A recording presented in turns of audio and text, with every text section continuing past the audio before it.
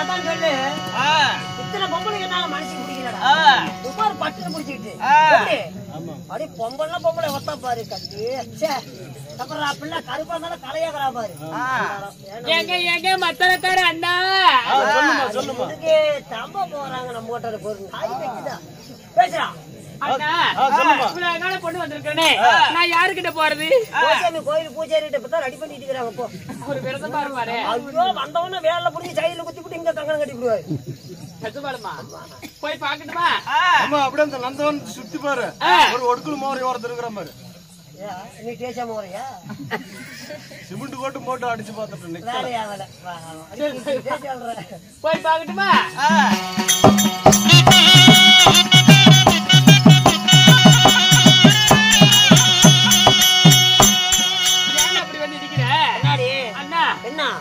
என்ன பொம்பளை என்னடி என்னடா என்னடா என்னாடி என்னடா என்ன என்னடாங்கறே என்னாடி எல்லா பொம்பளையோட நினைச்சுக்காத. சில்லற பொம்பளை பாரு. இங்க வா. முட்ல ஆளா பேச முடியாது. இங்க வாடியப்பா. இவ்வளவு அழகான பொண்ணு வந்திருக்கனே. உனக்கு ரசிக்க தெரியாதா? நான் நசிக்கிது படாத இடத்துல பட்டுச்சுனா அக்க போறாய் பேருமா. எதுக்கு? நீ தான நசிக்க சொல்ற. அப்படி இல்ல இங்க வா. பாடுவாயா? லப்புருவாய். அப்படி இல்லனா பாட்டுல உடுவியான்னு கேட்டேன். பாடுதானே? ஆமா. பாடுறாயா? பாடுங்களே. ஒரே பாட்டுல பாரு. அப்படியே ஆறு குடத்துல எடுத்து முடியாது. சொக்கி போகுது. அந்த மாதிரி சொக்கி போயிருவேன். காட்டில விளையாடுறது கம்புதான் கம்புதான்.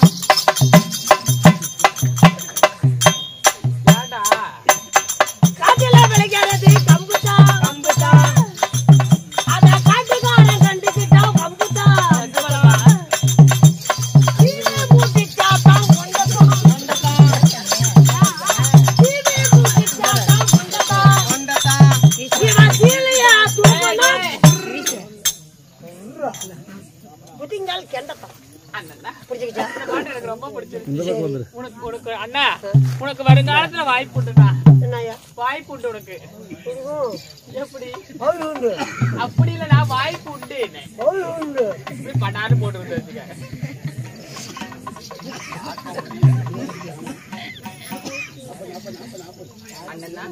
அப்படி இருந்தாலும் தேவலோகத்தில் சபை கூறினார். தேவர் சபை இந்த பூலோகத்தில் கூடியபடியால் நமக்கோ ராஜசபை. இந்த ராஜசபை அமைந்திருக்கும். ஆணாக பிறந்த அப்பன்மார்களுக்கும் பெண்ணாக பிறந்த பெரும் தாய்மார்களுக்கும் நாங்கள் கலைக்குழுவின் சார்பாக மனமார்ந்த நன்றியை தெரிவித்துக் கொள்கிறோம்.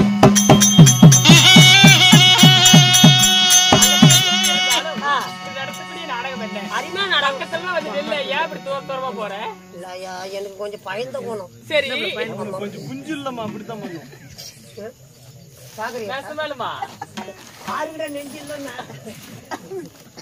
இல்லம்மா நான் போட பக்கத்தால வருவேன். எனக்கு பழைய கூத்திய நான் வந்துருச்சா? பழைய கூத்தியால அடிச்சுதான் எல்லாம் பிளட் வச்சுக்கிறாங்க. ஆனா நீ அடிக்கணும் மயிராய் போச்சு. எங்க உள்ள போனோம் நடத்தக்கூடிய நாடகம் என்ன? என்னய்யா? என்ன நாடகம்? என்னது? கல்யாணம் பண்ணுவாங்க. அரிமா நாடகம். சிறிய மகாபாரதம். ஒரு பாகம் அழகப்பட்ட. ஆமா அபிமன்னன் சுந்தரி கல்யாணம். என்ன அப்படி தேக்கிற? சுந்தரி கல்யாணம். இந்த நாடகத்திலே நான் யாரு? எனது பெயர் என்ன? யாருக்கு? அவ செத்தி போயிட்டாரு. எங்கிட்டியா?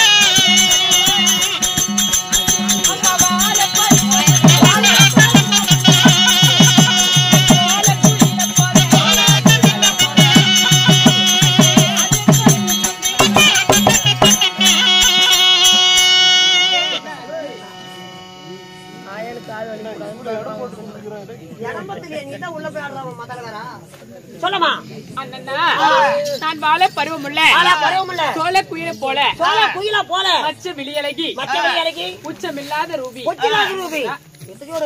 என்னது அப்படி இல்லனா உச்சமில்லாத ரூபி விண்ணப்படாத மேனி அப்ப இதுக்குதான் நீ வேணுங்கிறது அப்படி உச்சமில்லாத ரூபி என்னுடைய பெயரோ ஆதி லட்சுமி என்று சொல்லலாம் ஆதி மகாலட்சுமி சொல்றீங்க ரைட்டு இந்த அழகான அழகு பேரளவு அழகான ஆதி மகாலட்சுமி எடுத்தாங்களா தாய் தந்தை நான் யாரு வீட்டு பாப்பா நீ யார போட்டா பாப்ப என்னன்னா அப்படி தப்பா பேசுறேன் யார போட்டா தான் பாப்ப நான் எப்படி பிறந்தவள் உன்னை போல ஒரு தாயின் அங்கத்தில் பிறந்தேனா செலவுச்சி போட்டு பெத்தாங்களா இல்ல உங்க ஆயாளுக்கு பெற்றிருப்பாங்க அப்படி உமாளுக்கு பெற்றிருப்பாங்க சொல்லு சொல்றேன்